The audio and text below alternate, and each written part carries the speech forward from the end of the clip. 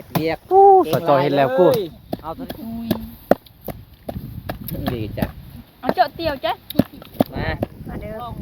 เอาจัดไปบัดนี้กินแล้วอยากเข้าป่าเด้ออ้อยกินแล้วเข้าป่าคือมื้อนั้นเนาะต้องเข้าแล้วกินแล้วเข้าป่าไปชั่วโมงพุ่นน่ะโอ้ยแซ่บพี่น้องเอ้ยกินไข่มันเป็นไข่มดแดงกินมดแดงกับมันสำปะหลังอร่อยมากเลยครับ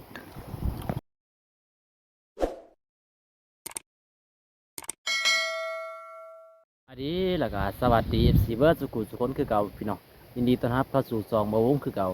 มื้อนี้ก็บ่วงก็มาบุกสาวพ่อตะโอ้ยพี่น้องสาวน้อยสาวจ่อยพี่น้องตอนนี้ก็บ่วงก็อยู่สวนเขาเจ้าอยู่สวนมันต้นพี่น้องมื้อนี้เพราะว่ามื้อนี้ก็ไปหาอยู่เฮือนก็บ่เห็นพี่น้องกลับไปกับบ่าวบุญตาแต่ว่าบ่าวบุญตาก็มาแบบพาไปบุกอยู่สวนแล้วพี่น้องเพราะว่าเขาเจ้ามาเฮ็ดเวียกมาเฮ็ดงานนั่นแหละเฮากะมาเบิ่งเขาเจ้าเฮ็ดพี่น้อยว่าจะได้ก็ไปหาส่วนเหมือนกันพี่น้อง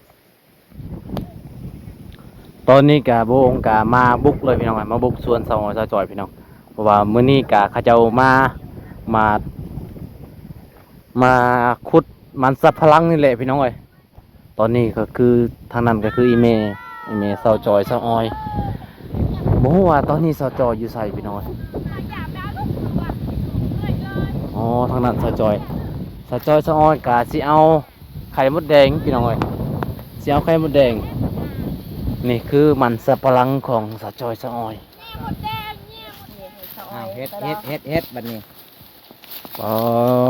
ใหญ่เลยเนาะเอ้ยเป็นไข่เลยเนาะ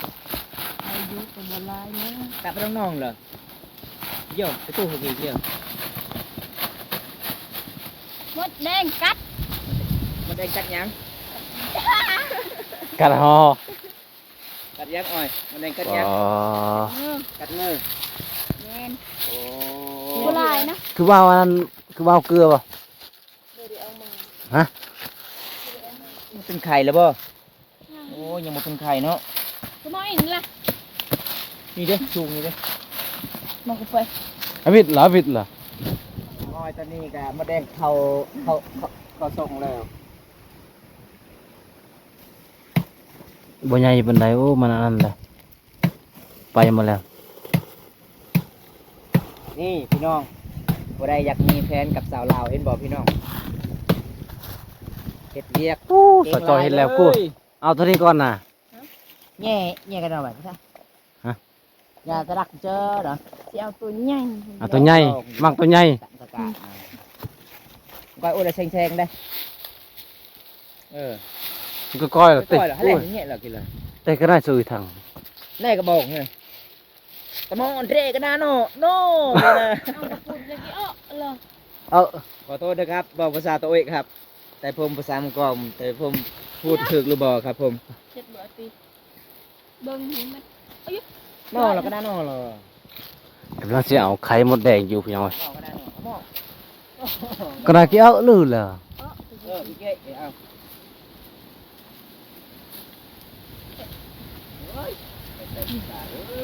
โตปีเลยดอกไม้คนเชื่อน้ำตาลเชื่ออะไรครับพีละเต้ถามมาเจ้าซื้อนี่ใดซื้ออ้อยเด้อซื้ออ้อยเดี๋ยวพีละเต้เอ้าบัดนี้พี่แลนไปใส่พี่แลนเข้าป่าเอาแล้วเด็ดบัดนี้มันขับมาแล้วบัดนี้เขาชกเลยบ้างพี่น้องอย่าพี่น้องเลยน้องอ้อยหมดแดงชกกันเลยแล่นเข้าป่าพี่น้องหมดแล้วหลายทำเบาๆเลยจิ้มแห้งเลยมันได้กัดเลย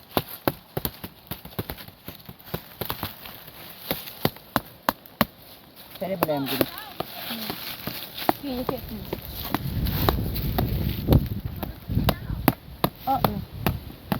เย้ยไปไหนออกเลยบ่เสร็จแล้วบ่เสร็จแล้วบ่มันแดงครับเราจะตุ้ยเลยได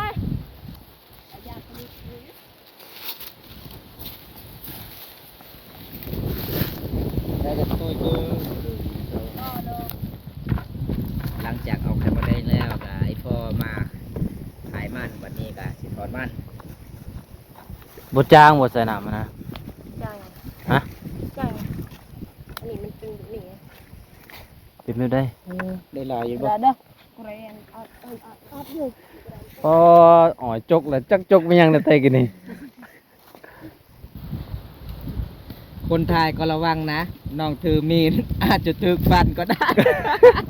ก็ แม่นปีละเต้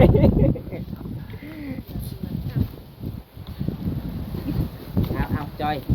อ้อยไปซอยจอยนี่น้องอ้อยจุก โอ้ลมแห้งเลย เอง บ่หลายแล้ว มันเองก็มันกลับ เลยนี่กลับเปิดเอาเลยก็เศร้าตัวนั้นต้องเปลือมาให้เหรอ รอมาอีกกี่มันแดงเข้าหัวมันแล้วหมดแล้ว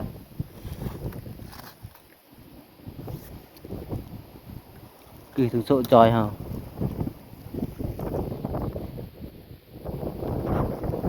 เอ๊ะจ้ะ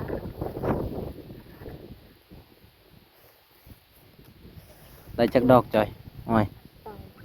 เมื่อกี้นี่ได้จักดอกหมดแดงหมดแดงกัด แสดงแบบมันแดงกำไรแล้วน้อง เย่จักล้อไปยังจักล้อจักเอ้ย จ้ากล้อง จ้าเหรอ ใส่น้ำแบบนี้พี่น้องเอ้ยถ้าบ่ใส่น้ำบ่ได้บ่ บ่ได้มันเอาหมอง มันน้ำมงมันน้ำมงพี่น้องเอ้ยมันน้ำมงคือแบบมันบ่ตายแต่ว่าใส่น้ำก็ตายเอาบ่ได้ถือคกมาบ่ อันนี้ก็เลยเอาไง โอ้ตอนนี้อีเมเขาเช่าจอยเช่าอ้อยก็ถือมาครบอยู่พี่น้องเอ้ยบ่ว่าจะเกลือเป็งนัวมักเผ็ดอีหยังครบเรียบร้อย ตอนนี้ก็อีเมของเช่าจอยเช่าอ้อยก็กำลังแต่งกินพี่น้องเอ้ยจักแต่งกินอาหารหยังนี่แหละนี่ใส่หมูบ่ ใส่หมูกับใส่ปลาแปดตาก็ไปใส่ ป้อตอนนี้ก็ยังตัดบ่แล้วพี่น้องเอ้ยเพราะว่าบ่มีกำลังบ่มีคนสิมาตัดช่วย ก็เลยตัดเน่ทั้งตัดเน่ทั้งก้นแน่พี่น้องเอ้ยนี่ตอนนี้อีเมของสาวจอยสาวอ้อยกามาตัดผู้เดียว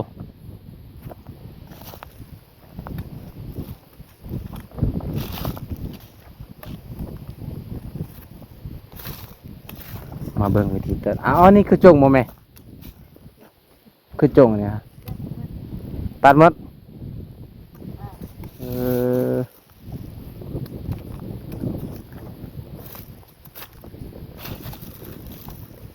มันไทยหรือมันเวียดนี่นะ มันไทย มันไทย เออ จักมือเลยมากุนนี่นะ มือ มือหนึง ที่มือ สี่มือ เด้อ โอ้สี่มือเด้เนาะยังบ่แล้วเนาะยังกวางเนาะ มาแล้วมัดมัด ก็หมดเพิ่นว่า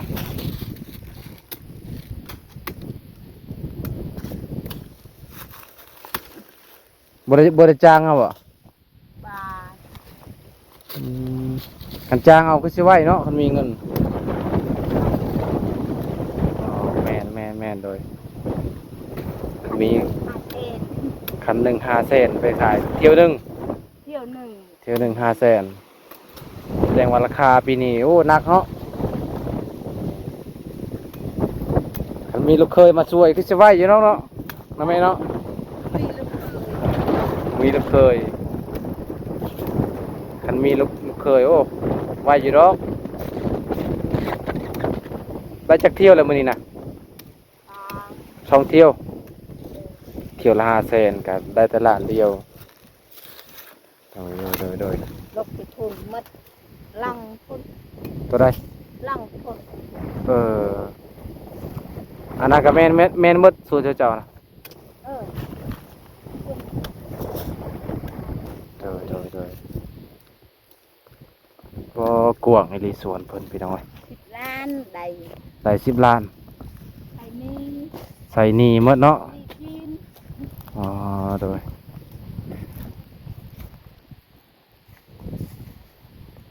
นี้ก็คือแม่น้อยของสาวอ้อยสาวจอยพี่น้องตอนนี้ก็กลับมา มันบ่เลย มาหาสาวจอยสาวอ้อยคือเก่า จ้าเดี๋ยวสบายดีโดยสบายดีเด้อ เฮ็ดหยังจอย ลมแห้ง ฮะ มาพิษไปเด้ลมแห้ง เฮ็ด จะ ส้ม จะเฮ็ดกินบ่เฮ็ดส้ม เฮ็ดส้ม เฮ็ดส้มส้มมันพลังนี่บ่บ่เบื่อบ่ล่ะ บ่ เคยกินบ่ทุกคนเลยนี่บ่เคยกินนะแบบเอาคือเฮากินแบบ ตัวนี้ ถ้าว่ามันเฮาปลูกเองก็ใครอยู่พี่น้องแต่ว่ามันนี่บ่เคยกินนะ นี่โดย เมย์ไปตัดรันมันครับ เด็กบารลำนี่ โอ้ไอโนสปิกจะเป็นเด้อโนสปิกจะเป็นเด้อบูฮูจากภาษา สิเอาส้ม เด้อ มดแดงนี่แหละโอ้ไข่เนาะ ได้อยู่ห่า มันยังอีกนี่ ไม่ใช่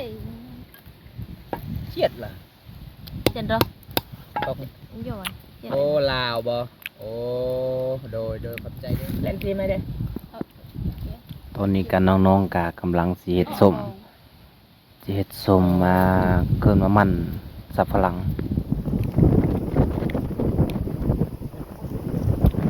สิมาซิมเบิ่งซิมือสาวจอยสาวอ้อย น้องบ่ไปจ้างล่ะไปใหม่ล่ะไปจ้ะไปจ้างแล้วกู รำไปคือมุดล็อกกับร้อนอ้อยอะ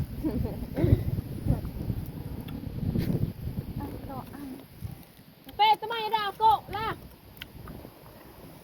เล็บคันอยู่บนเคาะดิเด้นั่นคือเด้แล้วก็โบนเบิร์ช แลบเลย เล็บปัสนา เกี่ยวนี่ อีกหนึ่งปะบกี ปรับเลย น่าคุณโยตะเทมขาดอยกาวกมุกี้โยมาหนอเจ็ด เอากระตักเลยมาก้มเลยกระตักปลาเลย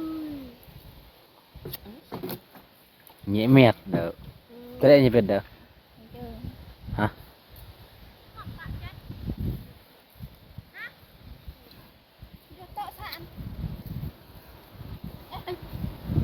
แง่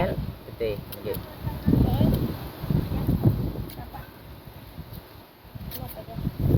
ปึ๊บ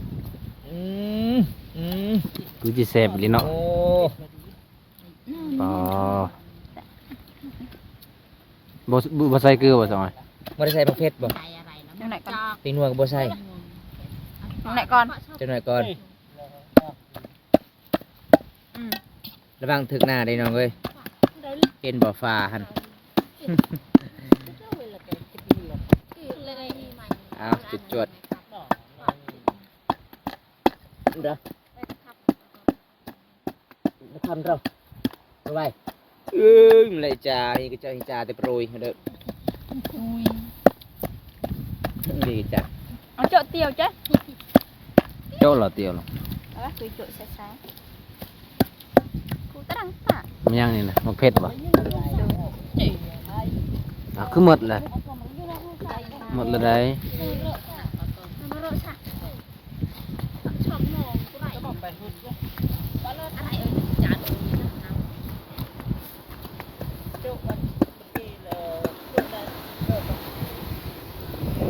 นี่เหรอเละเต็มปิงนัวบ่บางคอยเป็งโนได้ ให้กล้องนี่คือบ่ หลังจากใส่ปิงนัวแล้วใส่หยังอีกใส่หมอเพชรโอ้ ยังเผ็ดคือว่าหมดละ ใส่ลายเสียบลายเนาะนี่ครับส้มแบบบานๆเลยครับ เอาไข่มดแดงตามใส่มันสำปะหลังที่ชาวบ้านเฮานิยมก็คือส้มแบบนี้แหละพี่น้อง เป็นตะยากเลยเนาะ ใส่หยังอีกคนไหนใส่เกลือโอ้ปลาแดกบ่ใส่บ่ มีประเด็น มีปลาแดกขิงก็บ่มี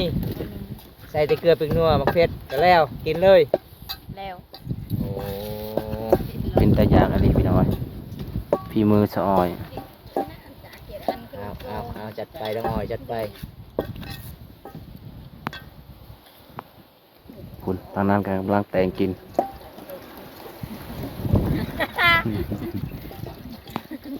เดี๋ยวตกตัวรักเจ๊เดี๋ยวชัวเจ๊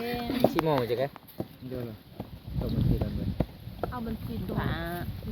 ที่เมสาวจอยกากำลังซอยจักซีนตับ เลิกนะเฮียอะไร là เลิกปัก nhà lưng vì quả ngàn rạ หมก ซอยตับ ที่เราไปอุด พี่น้อง ระ ai về แต่แซ่บแท้ ปะยาเส้นนุ่ง ซิมลองเบิ่ง ชิมลำเบิ้งบัดนี้มั้ยไอ้ชิมลำเบิ้ง บวกเดียวกันเป็นไงแร่ บูยังก็ใหญ่ก็ได้ ว้าว เอาจัดไปมาชิมลำเบิ้งบัดนี้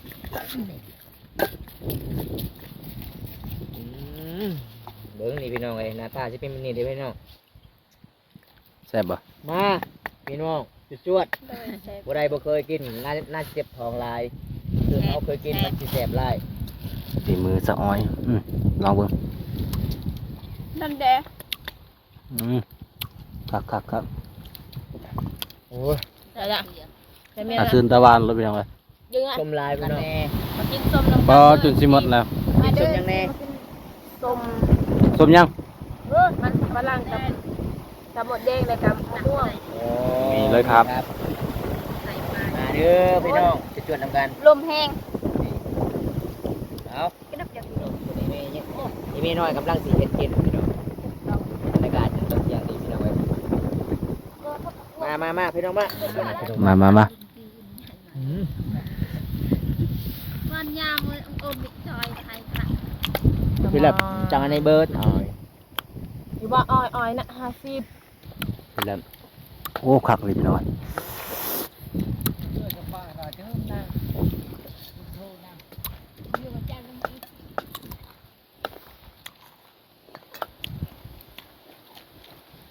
แล้วก็หลานอันนั้นไหนโคยกโมกรอหลานนี่คือก้อยไข่ปลาโรมิปลาชัก เฮ้ยสุดท้าย มากค่ะ กรอก น้ำตาไอ้มา มาเด้อ เอาจัดไปบัดนี้กินแล้วอย่าเข้าป่าเด้ออ้อย กินแล้วเข้าปลาคือมื้อนั้นเนาะ ต้องเข้าแล้วกินแล้ว เข้าปลาไปชั่วโมงพุ่นน่ะ โอ้ยแสบพี่น้องเอ้ยกินไข่มันเป็นไข่มดแดงกินมดแดงกับเดจาเนาะ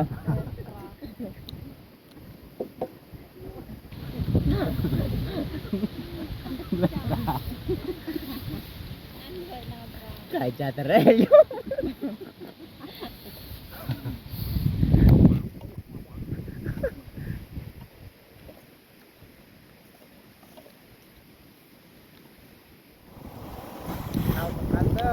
กินข้าวนำกันมาเด้อบรรยากาศตอนเที่ยง มองบ่ได้ ลองหิวข้าวนี่สะจอยสองอ้อยก็กินเอาพี่น้องเลย อ้าว พุงสองอ้อยก็สิออกเลย อ้าวคือเปิดกล่องบ่ได้ คลิปนี้บ่วงกาสิได้พอสำนี้ก่อนโอ้ยพี่น้องเอ้ยเพราะว่าเฮากามาเบิ่งสาวพาตัวสองอ้อยสะจอยพี่น้องเพราะว่าเขาเจ้ากาเฮ็ดเวียกเฮ็ดงานนี่แหละเฮากามาแบบบุกเอาพี่น้องเอ้ยเขาอยู่ส่วนก็คือเมื่อกี้นี้หลังจากเฮากินข้าวกินน้ำแล้วก็มีแต่ว่าเขาสองอ้อยสะจอยก็สิได้ไปขุดมันต่อไปพี่น้องเอ้ยเฮาก็สิได้ไปขุดช่วยเพิ่นเลยพี่น้องเพราะว่ามามือเวียกนี่ลมก็แห้งอีหลีพี่น้องเอ้ยแต่ในคลิปนี้ก็พอซ้ำนี้ก่อนพี่น้อง